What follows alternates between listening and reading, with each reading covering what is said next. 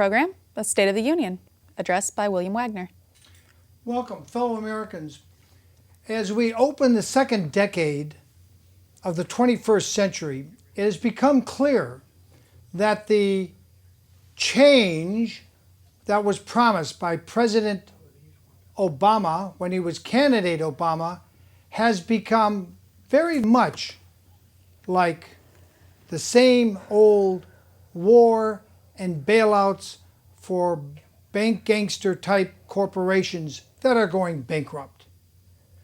But little or no help for you, the American people who are being squashed, who are being squeezed out of your homes, job reductions. As the economy continues to slide into a pit, and there doesn't appear to be any way that the government can spend us out of this, it's time for we the people to reflect on the possibility that we the people may have to start indicting local officials, judges, congresspeople, legislators, because frankly, they don't represent us. You may have noticed that. You should be concerned. While Obama is about to make a new address addressing the State of the Union, he hasn't kept his promise. He said 1 year and he would be pulling out of Iraq. Well, we're 1 year later and there's no sign of pulling out. The new change of Obama looks very much like the same old Bush regime. I don't know what you can do as an individual.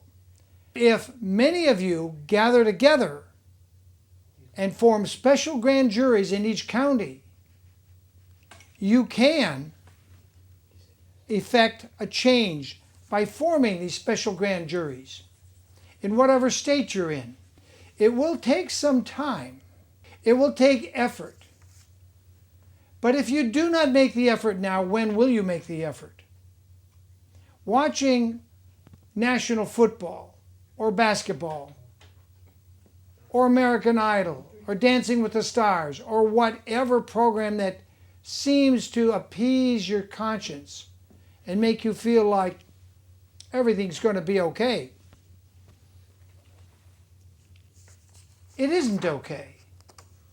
Things really are not okay. And most of us feel that, but we don't know what to do. Well, there are things we can do. We can form special grand juries. We can decide to impeach officials before they can even run for re-election. There is little question that the wars in Iraq, the war we're about to launch into Iran, which would be a dreadful mistake, and the war Obama just escalated with a boost of 30,000 troops to Afghanistan, all these wars are corporation wars. None of them are designed to make America safe. In 8 years that President George W. Bush was president, he could not get a simple chain link fence built across the Mexican border. In 8 years. That's because he had no intention of separating America from Mexico. And it was Lou Dobbs, who's no longer frequently on television, who made a point of saying, I found on the White House website the strange thing about the North American Union. Well, Bush did that. Obama has done nothing to undo that direction. While Bush brought in the Patriot Act and the Military Commission Act, which is very unpatriotic, and guts the court system, should the judges wake up at the last hour and decide to not go along with the New World Order takeover of America, Mexico, and Canada. The president is authorized under these bills passed without Congress even reading them. These bills authorize him to simply appoint military judges. So when you're arrested, you won't go to the local county courthouse for arraignment. You'll disappear in a military gulag and end up in one of the new FEMA camps. I don't think this is the change that people voted for. In fact, I know it isn't.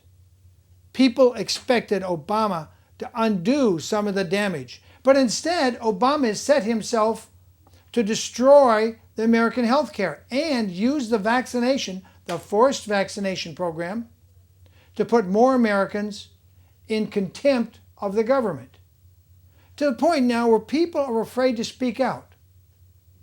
I wonder, is it a simple coincidence that less than an hour ago I received a call from an American citizen held 2.5 years in a Canadian prison without trial? Without trial. We documented several years ago that William Christopher was held in San Jose, California, and at Patton State Mental Hospital for 5.5 years when I got involved, and it was 6.5 years without a trial by jury, without a trial by bench judge. Christopher, been out of jail now for what, 24 hours? Almost 24 hours. You are not convicted of anything yet, are you? That's correct. Spent 6.3 years incarcerated, had 2 preliminary hearings, right? That's correct. Basically on a domestic violence slapping or something like that incident. Oh, and driving without a California driver's license. Well, there were 4 charges of domestic and 1 charge of dissuading a witness. And I've been incarcerated for 6.3 years. And it's a second prosecution for the same case. The same case was dropped. Dismissed. In '99. Right. That's Yeah. that's what's interesting. Your ex-wife lied so badly in the transcript, it's obvious she didn't tell the truth.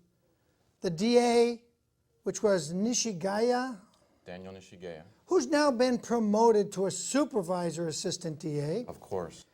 he had to dismiss those charges, but he kept you in jail for how many days in '99? You were arrested in June of '99. That's correct. Yeah, 47 days before I bailed out in '99. So So he's been 47. You bailed out. Right. Wow. Can you imagine this, folks? The man had the case dismissed because his ex-wife got caught lying so badly in a courtroom just like this courtroom of Judge Ambrose behind me in Santa Clara County.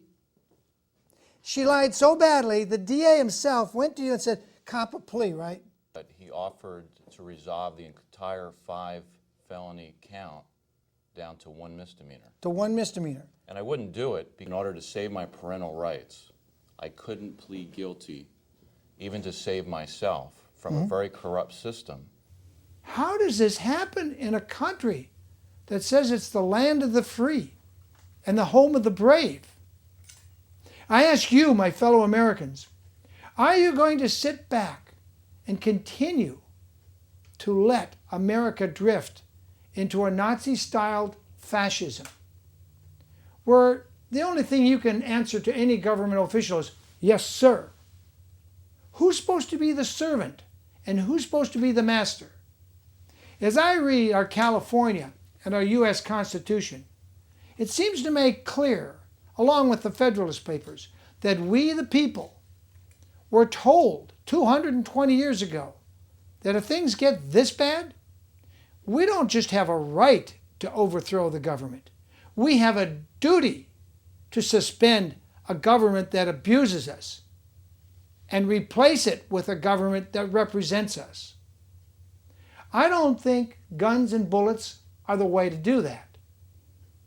Even though many in our military at the last minute will refuse to turn their guns on American citizens, no matter how good the disguise is, whether they say it's a national emergency, we've just been attacked with some kind of flu, and we must round up the people who refuse to get vaccinations, or round up this man who called me from Montreal prison in Canada, Carl.